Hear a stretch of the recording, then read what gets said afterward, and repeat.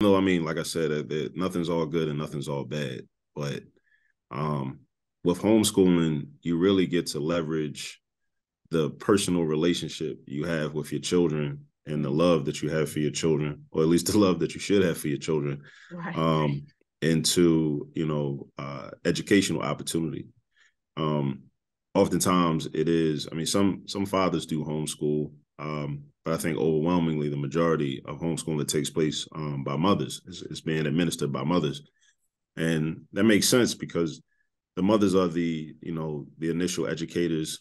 Um, I quote Amos Wilson whenever possible. If you know, even I remember reading this book, The Oh, okay. Developmental Psychology of the Black Child, where he, as a psychologist, talks about the fact that the educational process of a child actually begins in utero.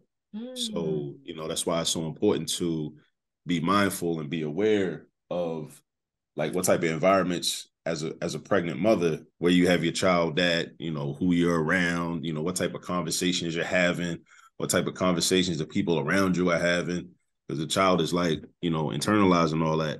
So then when the child is born, then you're continuing to teach your child about life, about humanity, about the world, and it will make sense that you are able to homeschool if possible. We know that with economic conditions being what they are, everyone doesn't have that ability because we have to provide food, clothing, and shelter for everybody.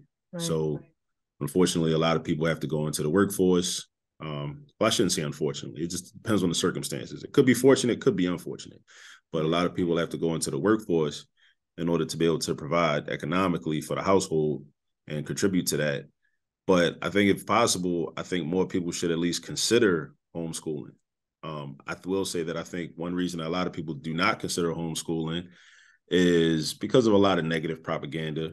Um, just like there's negative propaganda around a lot of things that people don't do or don't want to attempt to do or don't want to embrace, such as mathematics. Like there's a lot of negative propaganda around math about how Mm. math is irrelevant, math is too difficult, math is hard. You have to be born with a math gene or else you won't be able to do it. Um, the same similar to homeschooling. Like people think that if you homeschool your kids, they're gonna be weirdos. They're not gonna be properly socialized. Mm.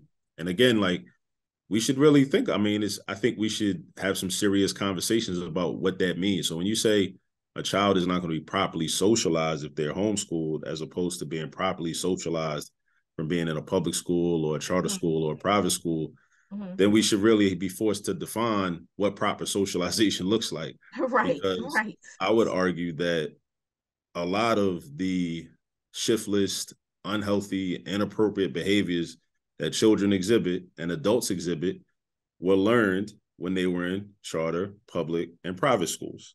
That's So true. if we want to talk about socialization processes, then we should be more critical, more analytical about Hmm. what that means. How do you define proper socialization?